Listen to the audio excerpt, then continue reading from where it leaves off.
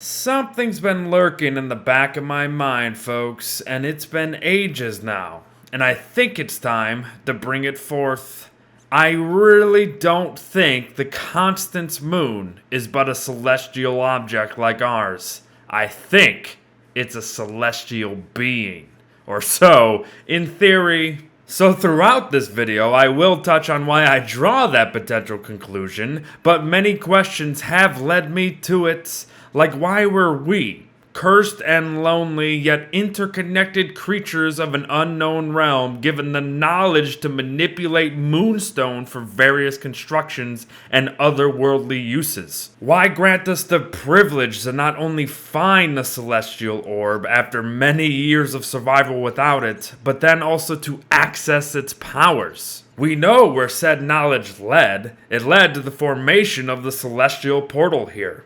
But how did a band of lost souls come to make such a change to such an object when but Charlie is the only known being capable of such power? Perhaps it's all practical and I'm just reading much too far into just a tiny slice of Clay's game here. Or perhaps this has all been intentional. Maybe our next journey coming this month isn't just to new lands, but rather new worlds. And to flesh this idea out, we must look to discover more about the moon's true purpose within the constant. And I think our best bet is to take a deep look into the moonstone itself, the whats and the whys. But first, let's discuss the wheres. Folk have claimed to have found the set piece elsewhere, but I have never not found it outside the thick evergreen forest biome, so I will always recommend you go looking there first. But you'll know it when you see it. The moonstone is surrounded by moon rubble in the crumbled form of rabbits, petrified birds of the world, and even spiders. Just one of the many of Constance's minions. Our characters have some intriguing takes on these little guys too. Like how WX points to the moon's power to make things worse. But since he loves the moon, he loves the changes that he sees. But others like Winona will say, that's a little strange. And Wigfrid says it has faced Manny's wrath. And even Maxwell, the once king of the constant, will even go about saying this might not be so good. And do you know who Manny is? She's the goddess of the moon, for Pete's sake. But it's not just the little guys either. The moonstone is also surrounded by suspicious moonrock in the form of werepigs and hounds in various stages of life, death, and destruction. But why? Well, whatever the case, if you happen to be in need of some moonrock, then you can mine these sculptures around for one or two of the suckers. But the same cannot be said about the moon rubble scattered about. You will not find any moon rocks there. But what do our survivors have to say about the stone itself? Well, first, you'll need to repair it, and the amount you'll need will depend on how broken the base is. But speaking of bases, WX just cannot get enough of them.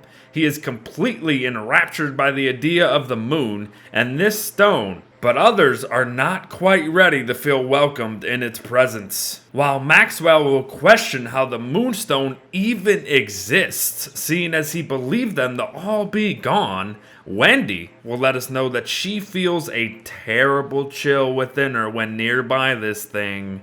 Something about this and the moon just doesn't feel right. But what can we do with it? Well, the moonstone accepts any form of staff with the gem to be placed within its altar, although nothing seems to happen when you do.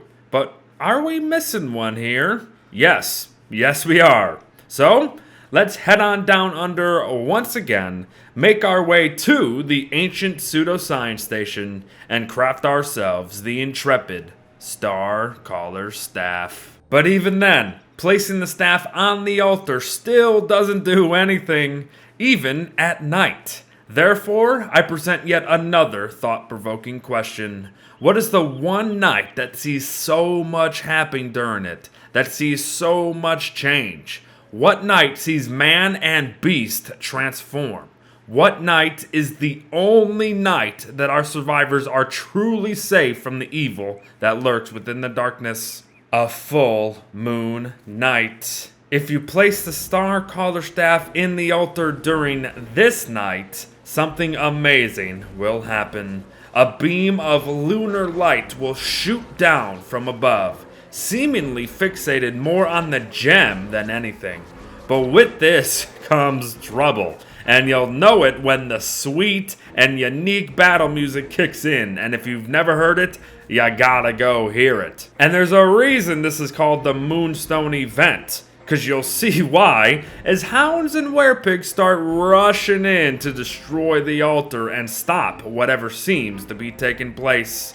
You can certainly try your best to stop them, but their numbers will be far too great if you're playing solo, and they will eventually manage to break the Moonstone. But this, however, does come with side effects for our hostile friends here, because when the Moonstone breaks, any remaining monsters and mobs nearby will be turned into suspicious moonrock sculptures or moon rubble, forever frozen in time. Not to worry though, you do not lose your Starcaller Staff, nor is the moonrock forever broken. You'll just need to repair it again with more moonrock in order to try again. That, and you will need to wait for another full moon phase.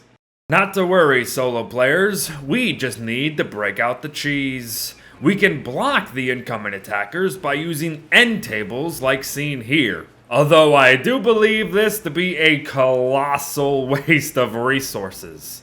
It's why I recommend using fossil fragments instead. They are easy to obtain, not to drain on resources at all, and super easy to manipulate when you are finished with the event. Plus, they are just as effective. But walls can be used too. But if you do use this method, you better shear up your defenses, cause you'll need to. And you'll need to fight as well, as they will desperately try to bring down whatever is in front of them to reach that Moonstone. The fact of the matter is, this event lasts for about a minute, so you need to last for a minute, you plebs. Do so, and you will be rewarded. The event will end, and the werepigs and hounds around will be transformed into suspicious moonrock, and a power beyond your comprehension will have transformed your Starcaller Staff into something beautiful, but really, really frickin' cold. So if you stick around with it in the altar too long, you yourself may become frozen in time, so get the heck out of there. But say hello to the Mooncaller Staff, everybody. And it comes with its very own otherworldly use. Similar to the Starcaller's ability to summon a dwarf star, the Mooncaller Staff can call forth a polar light that can be used to cool players down rather effectively. The two share the same sanity drain to summon them, but also that same positive sanity aura when you are near them. But the polar light will extinguish far faster than the dwarf star. However, the Mooncaller Staff boasts 50 uses compared to the Starcaller's measly 20. And to call the polar light effective is an understatement. This little guy cools you down in seconds and can even have you freezing in summer. It's pretty ridiculous. And even still, you can place the staff within the altar again to create a permanent polar light, which isn't a half bad spot to have during summer itself. But let's return to the weird stuff for a moment, yes? Deconstruct a Mooncaller Staff to attain the intrepid and celestial power within it, the iridescent gem. As it stands now, the iridescent gem is the only gem obtainable through deconstruction, but it is also the only one without a purpose. Apart from rock lobsters being able to eat one, the gem has no known uses currently, but I question why. Yet another celestial gift leading to more questions, right? But before we go, I want to touch on two more things that you can do via this event. The first being that you can forcibly transform and revert the hounds and werepigs that attack during this event, and you can do so back and forth however many times you wish. And doing so can cause them to die at seemingly random times, but it also resets the timer on the event. So, if you're gonna do this, you should either wait for a much longer full moon night or build your own pig and hound farms nearby to maximize the potential for the loot. Or just use Winona's catapults during the event to slaughter anything that shows its face to really walk away with loot while still completing the event. And, if you didn't know, you can transform more than one staff a night, depending on the night's length, of course. So,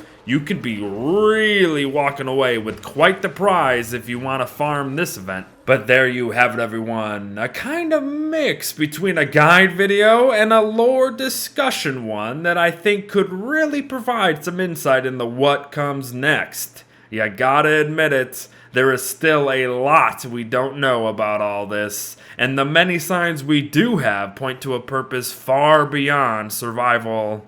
Perhaps we are not alone. Take care, folks. Thanks for watching, and I'll see you in the next one. Bye-bye.